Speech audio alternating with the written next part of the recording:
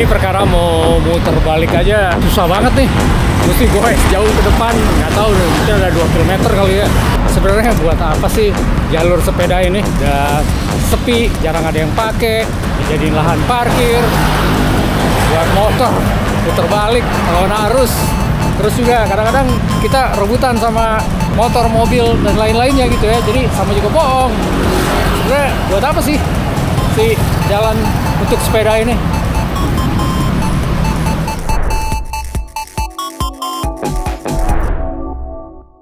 Halo, welcome back to channel Liviolik, channel yang membahas beragam hal tentang electric vehicle. Saya Ibeng. Nah, episode kali ini merupakan rangkaian dari episode terdahulu, yaitu mengenai peraturan Menteri Perhubungan tentang sepeda listrik ya. Buat teman-teman yang belum nonton, saksikan dulu aja. Di sana banyak sekali yang berkomentar. Tentunya kita berterima kasih banget untuk yang sudah berkomentar, baik pro ataupun kontra. Nah, kali ini kita akan membahas lebih khusus atau lebih spesifik mengenai pasal yang menyebutkan bahwa sepeda listrik itu dapat menggunakan jalur sepeda atau jalur khusus begitu ya.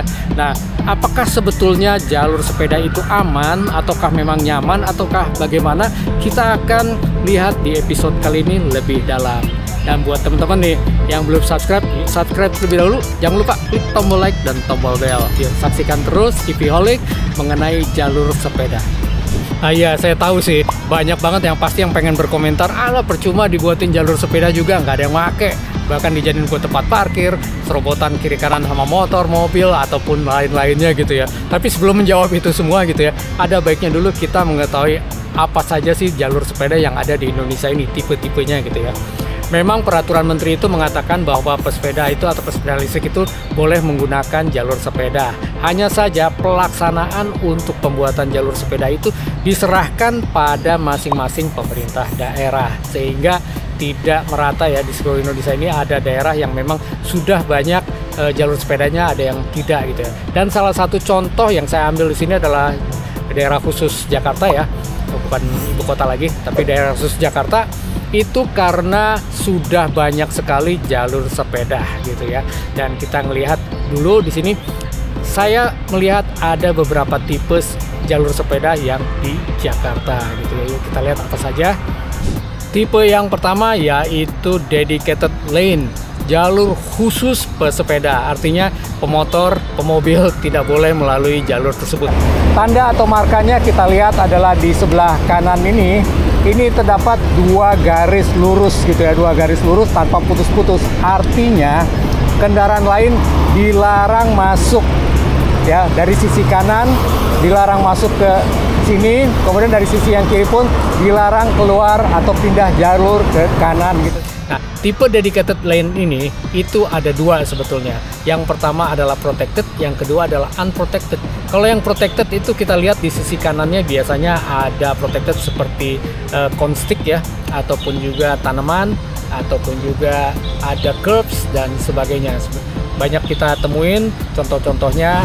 Ini adalah salah satu contoh juga dedicated lane, jalur khusus pesepeda. Jadi kendaraan lain tidak boleh masuk. Di protected dengan ada beton untuk tanaman ini sehingga kendaraan lain tidak bisa masuk ke jalur ini.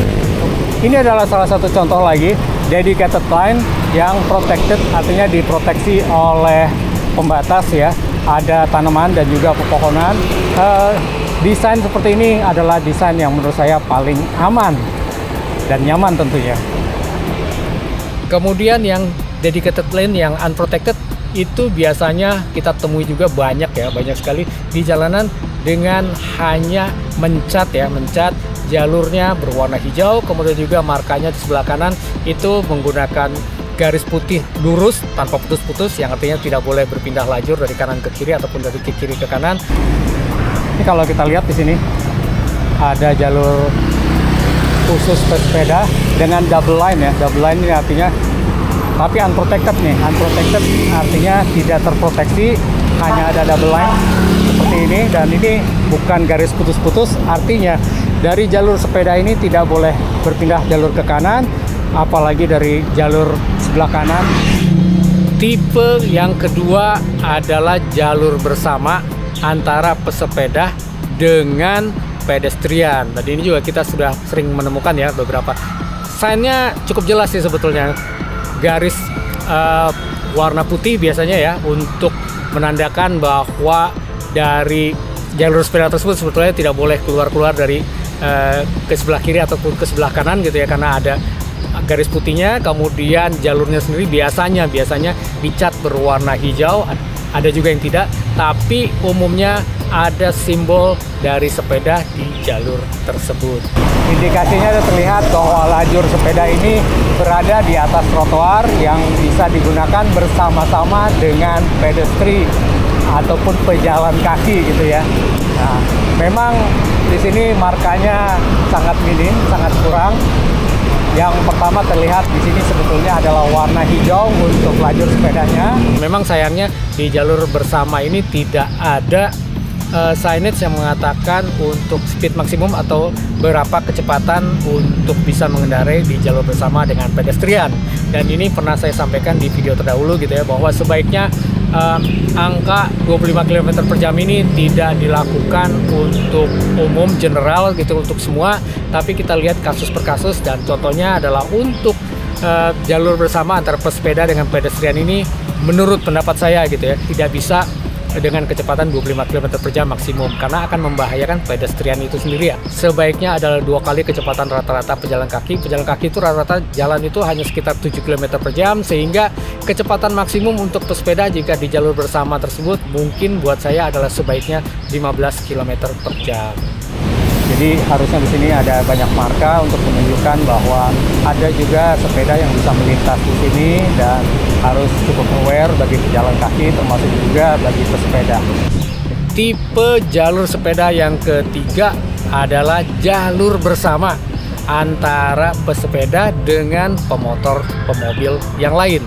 Dan ini sangat banyak atau sangat umum dijumpai, bahkan jumlahnya terpanjang atau terbanyak. Ciri-cirinya juga sama, di bagian jalur sepeda tersebut dicat warna hijau, kemudian juga ada marka garis putih tapi putus-putus. Artinya dari lajur sepeda sebetulnya bisa berpindah lajur ke kanan, yaitu ke lajur motor atau mobil, ataupun juga sama seperti pemotor atau pemobil pun boleh masuk ke jalur sepeda atau masuk ke kiri, karena markanya adalah garis putih putus-putus. Ya sepertinya sama aja sih seperti jalan-jalan pada umumnya yang tidak ada jalur sepeda pun ya beginilah. Jalur seperti ini adalah jalur yang dikatakan unprotected lane, artinya tidak ada proteksi, hanya ada garis putus-putus saja yang menyatakan bahwa ini adalah dua lajur yang berbeda gitu ya. Jadi ini jalur bersama ya, tapi sangat sempit. Kita lihat tadi hanya muat untuk satu bus. Tadi bus pun lewatin saya, itu sangat mepet ya. Sebetulnya tidak aman nih.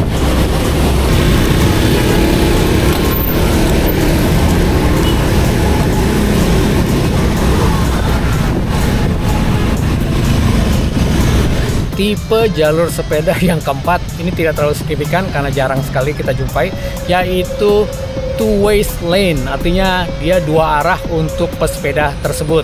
Ini kita bisa temui misalkan contohnya di kawasan Melawai ya, itu kita lihat jalur sepeda tersebut dengan warna hijau untuk jalurnya, kemudian kita lihat markanya ada tanda panah dua arah, artinya dua arah, sehingga ini mengidentifikasikan bahwa jalur tersebut dapat digunakan oleh sepeda dua arah. Sepeda dari arah berlawanan sana boleh masuk ke sini, dan ini sangat berbahaya karena memang kalau di jam-jam sibuk atau padat ini lajur ini banyak digunakan oleh kendaraan lain ya, sehingga sepeda dari sana tentunya melawan arus gitu ya. Lajur bersama ini kalau two ways itu hanya bisa berhasil kalau seandainya dijadikan lajur dedicated line atau khusus untuk sepeda. Kendaraan lain tidak boleh masuk ke jalur ini, atau ditandai dengan garis putih lurus, dan juga mungkin ada barrier seperti kon atau bunga ataupun apapun juga ya, sehingga itu aman. Tapi kalau kayak begini sangat tidak aman. Jalur sepeda yang kelima tipenya yaitu jalur sepeda yang berada di sisi dari parkir jalanan gitu ya. Ini bisa kita temui, ini sangat jarang memang kita bisa temui di jalan Hayam Wuruk ataupun Gajah Mada gitu ya. Dan terus terang saja selama itu pernah ada atau eksis sampai saat ini, saya jarang sekali, amat sangat jarang melihat ada pesepeda yang lewat di situ, karena memang satu, jalurnya tertutup oleh parkiran. Jadi memang ini menurut saya adalah desain yang kurang tepat gitu ya. Jadi dia di sisi paling kiri, sementara di sisi kanannya adalah untuk parkiran mobil dan motor. Sehingga kita lihat lajur ini pun hanya jadi tempat parkir saja. Ini kesalahan yang pertama adalah satu, harusnya lajur sepeda yang bersebelahan dengan lajur parkir itu dipisahkan dengan protected ya.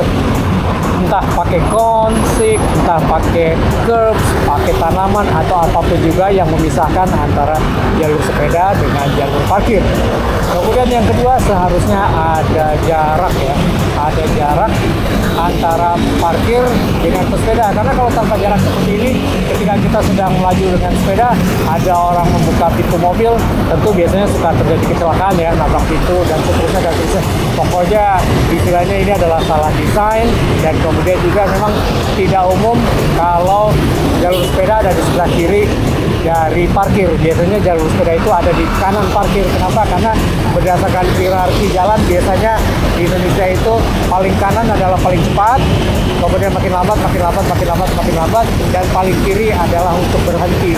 Nah, jika kita sudah mengetahui ya begitu banyak tipe jalur sepeda yang sudah dibuat di Jakarta ini gitu ya, dan macam-macam juga, kemudian juga jumlahnya juga cukup banyak gitu ya. Tapi pertanyaan paling menggelitik adalah kenapa kok justru jalur tersebut terbengkalai, jarang banget pesepeda yang mau pakai gitu ya, sehingga kita melihat bahwa kebanyakan yang pakai justru adalah motor ya, untuk lawan arah, ataupun juga ya digunakan saja untuk motor gitu, atau juga kadang-kadang mobil masuk ke jalur-jalur sepeda, sehingga pesepeda ini berebut gitu ya dengan pemotor atau pemobil gitu ya. Ataupun juga bahkan ekstrimnya jalur sepeda ini bahkan digunakan untuk parkiran. Jadi memang kelihatannya sangat sedikit orang yang tertarik untuk menikmati atau menggunakan fasilitas jalur sepeda. Kenapa? Kita simak. Hal pertama menurut pendapat saya adalah rasa aman yang diberikan gitu ya. Jadi menurut saya pada jalur sepeda yang sudah dibuat gitu ya, kita akan melihat tingkat keamanannya. Yang paling aman dan nyaman tentunya adalah yang model dari dedicated lane ya, jalur sepeda yang khusus dibuat untuk jalur sepeda, di mana pengendara lain itu tidak boleh masuk ke jalur tersebut gitu. Jadi itu adalah jalur yang paling aman dan nyaman gitu. Namun sayangnya gitu ya, jumlahnya itu sangat-sangat sedikit. Jadi mungkin hanya 10%, saya tidak tahu berapa persen tepatnya. Paling banyak yang kita temui justru adalah model jalur bersama dengan pengendara lain, sehingga tingkat keamanannya sangat rendah.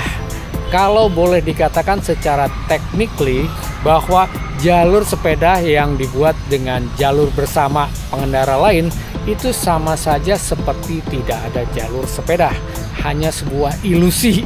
Jadi menurut pendapat saya begitu. Kenapa? Karena secara teknikal jalanan di Indonesia itu sudah diatur prioritasnya. Prioritas pertama itu adalah untuk pejalan kaki, kemudian yang kedua pesepeda, yang ketiga baru pemotor, dan seterusnya begitu ya.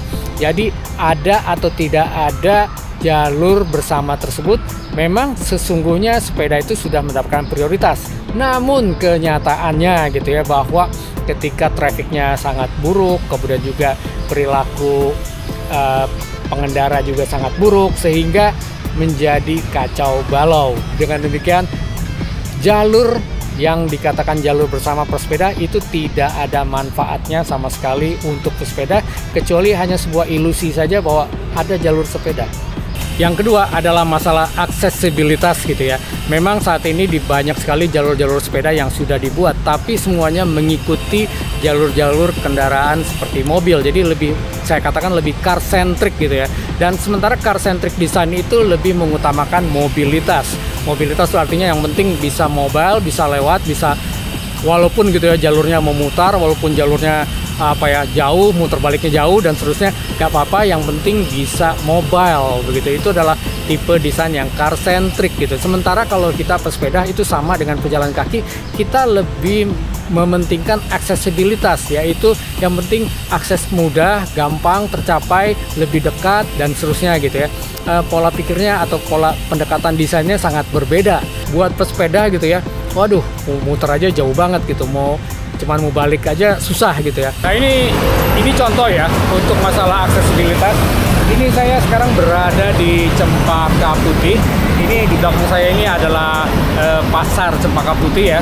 Saya sebetulnya punya tujuan ingin menyeberang ke daerah sana Cempaka Baru ataupun juga ke arah Sumur Batu ya. Jadi saya ingin ke sana tapi tidak bisa saya lakukan straight away gitu karena memang satu tidak ada jalurnya, jadi tidak ada perempatannya, sehingga yang saya lakukan harus mencari putaran ataupun mencari jembatan yang bisa diakses oleh sepeda gitu ya. Ini di sebelah kanan ini sebetulnya ada jembatan yang digunakan untuk Transjakarta gitu ya. Di sisi Cempaka Putihnya memang ada yang bisa dilalui karena di situ ada ramnya, tapi di sisi untuk Cempaka Baru daerah sananya itu tidak ada ramnya sehingga sepeda tidak bisa lalui gitu. Jadi jembatan ini tidak bisa dipakai digunakan oleh sepeda gitu ya. Nah, sehingga yang saya lakukan adalah harus goes dulu ke arah Senen ya. Goes saya tidak tahu mungkin sekitar 1 kilometeran lebih gitu ya. Ini di daerah Cempaka Putih Pangkalan Asem ya. Ini tetap juga kita lihat di sini ada jembatan untuk Transjakarta ya. Tapi sama tidak bisa dilalui oleh sepeda karena dia hanya berupa tangga bukan ram. Jadi kita tidak bisa menyeberang ke sana gitu ya. Masalah aksesibilitas ini cukup penting ya untuk pesepeda ataupun juga pejalan kaki ya, karena kita ini travelnya itu tidak tinggi, artinya tidak jauh ya dibandingkan pemotor ataupun juga pemobil, sehingga memang jarak yang lebih dekat, akses yang mudah, akses yang aman itu menjadi pilihan bagi pesepeda ataupun juga pejalan kaki. Memang ya untuk pembangunan jalur sepeda itu tidak mungkin langsung seluruh kota itu ada jalurnya begitu ya, tapi dalam pengembangannya memang harusnya dipikirkan per wilayah gitu ya. Contohnya misalkan kalau sudah mengembangkan di satu wilayah A, misalkan di Cempaka Putih begitu ya, maka yang harus diperhatikan atau dipertimbangkan adalah aksesibilitas untuk wilayah tersebut untuk mudah bisa menggunakan sepeda ataupun berjalan kaki gitu ya ke public interest. Jadi misalkan ke tempat pasar, anak-anak bisa ke sekolah pakai sepeda, ataupun juga misalkan ke rumah sakit, puskesmas, ke mall dan sebagainya ya, itu bisa dicapai dengan menggunakan sepeda. Kalau seandainya harus berputar jauh, kemudian juga sulit untuk mencapainya, maka itu tentunya membuat kurang minat dari masyarakat untuk menggunakan sepeda gitu. Itu hanya baru satu contoh kasus dan memang hampir di mana-mana gitu ya. Desainnya seperti itu. Desainnya mengikuti pola mobilitas kendaraan mobil gitu ya. Contoh lah di daerah mana lagi, Fatmawati lah, Fatmawati kita mau berputar balik gitu ya, cari putaran baliknya sangat susah. Penyeberangan untuk sepeda nggak ada gitu ya. Jadi artinya ya harus ngikutin bersamaan dengan perputaran untuk mobil. Poin yang ketiga, pembangunan jalur sepeda itu bukan hanya semata-mata mengecat jalur sepeda, tapi harus disertai dengan infrastruktur gitu, karena cat itu adalah bukan infrastruktur begitu.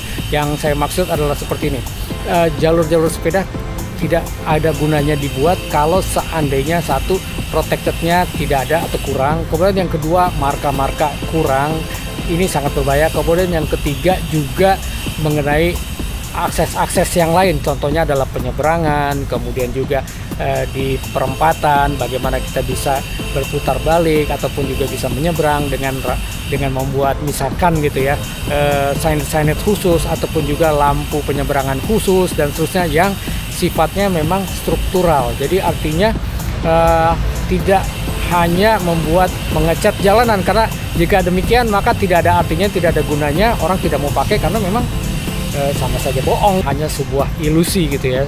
Ini saya ambil contoh gitu ya yang berkaitan dengan aksesibilitas dan infrastruktur gitu ya. Kalau kita goes dari Patung Sudirman menuju ke arah Senayan, di Semanggi itu sepeda tidak boleh lurus gitu ya, dia harus mengikuti jalur seperti motor gitu ya. Dia berbelok dulu ke kiri di bundaran Semanggi situ.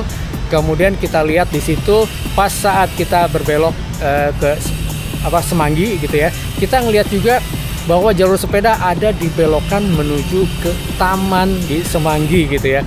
Dan ini menurut saya satu adalah melawan prinsip aksesibilitas, karena gini, pesepeda dibuat putar-putar dulu hanya untuk lurus menuju ke Senayan begitu ya. Tapi juga ketika kita disuruh berbelok menuju ke taman dari Semanggi, itu tidak ada infrastruktur yang mendukung. Contohnya bagaimana kita bisa menyeberang dengan nyaman kalau seandainya tidak ada signage, ataupun juga kita buat supaya mobil itu melambat ataupun juga motor itu melambat. Ada jalur sepeda yang menuju ke Taman Semanggi ya, supaya pesepeda bisa lewat di jalur Taman Semanggi. Tapi untuk berbelok, jadi artinya dari jalur sepeda ini untuk berbelok ke sana, ini sangat berbahaya sebetulnya, karena langsung memotong jalan. Jadi langsung memotong sini, tidak ada sign untuk stop di mobil ya, ataupun pemotor, sehingga saya tidak bisa menyeberang dengan aman nih. Jadi bayangkan saja saya harus menerobos motor dan mobil yang punya kecepatan cukup tinggi di sini. Yang keempat gitu ya, kalau memang pemerintah ataupun pemerintah daerah serius untuk ingin menanggulangi masalah kemacetan, polusi, angka kecelakaan yang tinggi dan sebagainya begitu ya, maka mungkin bisa meniru kota-kota lain di dunia ya yang besar itu, contoh seperti Paris, kemudian juga Amsterdam, Boston di Amerika dan sebagainya, yang mulai merubah pola desainnya dari car centric menjadi people centric. Contohnya adalah yang tadinya jalur mobil 4 lajur dibuat menjadi hanya 2 lajur. Satu lajurnya untuk kendaraan transportasi umum, kemudian satu lajurnya lagi adalah untuk pesepeda dan pejalan kaki. Juga mempersempit ruang parkir, jadi artinya bahkan seperti kota Paris itu mereka berencana untuk mengurangi parkiran menjadi 65% gitu ya, jadi hanya 35% saja dari yang eksis gitu. Kemudian juga contoh Boston lah, misalkan Boston itu mereka punya rencana 30 tahunan untuk mengurangi volume kendaraan seperti mobil, menggantikan dengan untuk pejalan kaki dan juga pesepeda dan transportasi umum. Jadi pembangunannya itu adalah bukan hanya mengecat jalanan menjadi lajur sepeda, tapi justru membuat infrastruktur yang lebih mengutamakan people ya, lebih mengutamakan pergerakan dari orang. Jadi pejalan kaki, pesepeda, transportasi umum, dan itu semuanya dibuat menjadi connected. Artinya di transportasi umum pun dibangun tempat-tempat yang bisa mengangkut gitu ya pesepeda, kemudian juga parkir-parkir sepeda dibuat menjadi lebih aman dan nyaman dibandingkan dengan parkir-parkir mobil. Jadi parkir mobil kebanyakan ditiadakan, kemudian diganti menjadi parkir-parkir sepeda, sehingga masyarakatnya akan menjadi lebih mudah untuk menggunakan transportasi umum ataupun juga sepeda ataupun berjalan kaki gitu ya. Dan ini sudah diterapkan oleh kota-kota yang besar di dunia ya, mulai beralih dari car centric menjadi people centric begitu, dan seharusnya kita juga sudah mulai menuju ke sana seharusnya gitu. Jadi bukan lagi kita menginginkan subsidi-subsidi, contohlah subsidi seperti mobil listrik ataupun juga motor listrik gitu ya. Bahkan seharusnya itu adalah langkah kemudian setelah desain untuk people centric ini diutamakan gitu. Kita lihat di Jepang, di Tokyo misalnya begitu ya, kalau kita lihat di sana apartemen, perumahan, kemudian juga hotel dan sebagainya, termasuk mall dan lain-lain, itu lebih banyak parkiran untuk sepedanya gitu ya. Jadi tidak ada parkir untuk mobil, sehingga dengan demikian orang atau masyarakatnya itu lebih merasa lebih mudah untuk menggunakan sepeda ataupun berjalan kaki dibandingkan punya mobil. Orang akan berpikir rasional untuk mulai meninggalkan mobil dan menggunakan transportasi umum ataupun juga sepeda.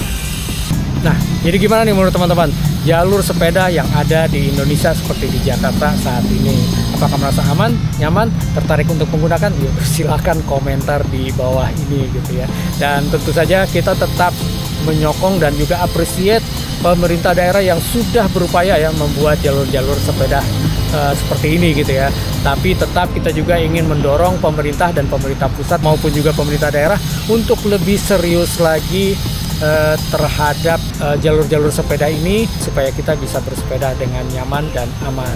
Yang belum subscribe ya, silahkan subscribe terlebih dahulu. Jangan lupa klik tombol like dan tombol bell. Kita akan bertemu lagi di episode yang berbeda. See you next time. Salam EV Holic.